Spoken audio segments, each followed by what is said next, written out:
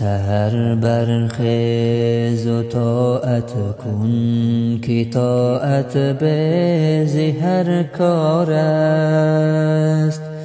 سعادت آن کسی دارد که پیش از صبح بیدار است.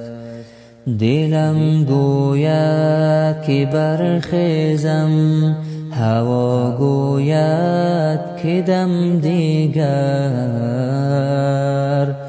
هوا را زیر پا آرم که آنجا امر جبار است. چو مرغان هر سحر گویند قم یا ایها الغافل،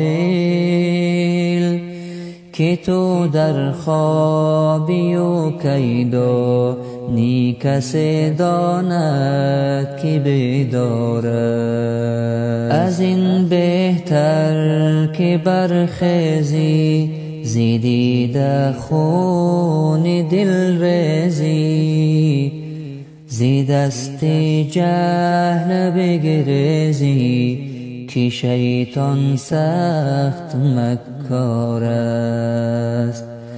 ایا ای شمس تبریزی گه شهد و شکر ریزی، اگر 100 سال بگریزی که آخر مرگ در کار است. سحر برخیز و طاعت کن که طاعت به هر کار است.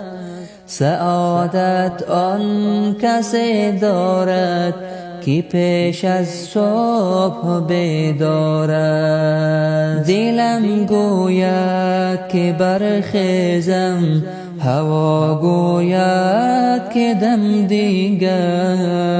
هوا را زیر پا آرم که آنجا امر جبار است.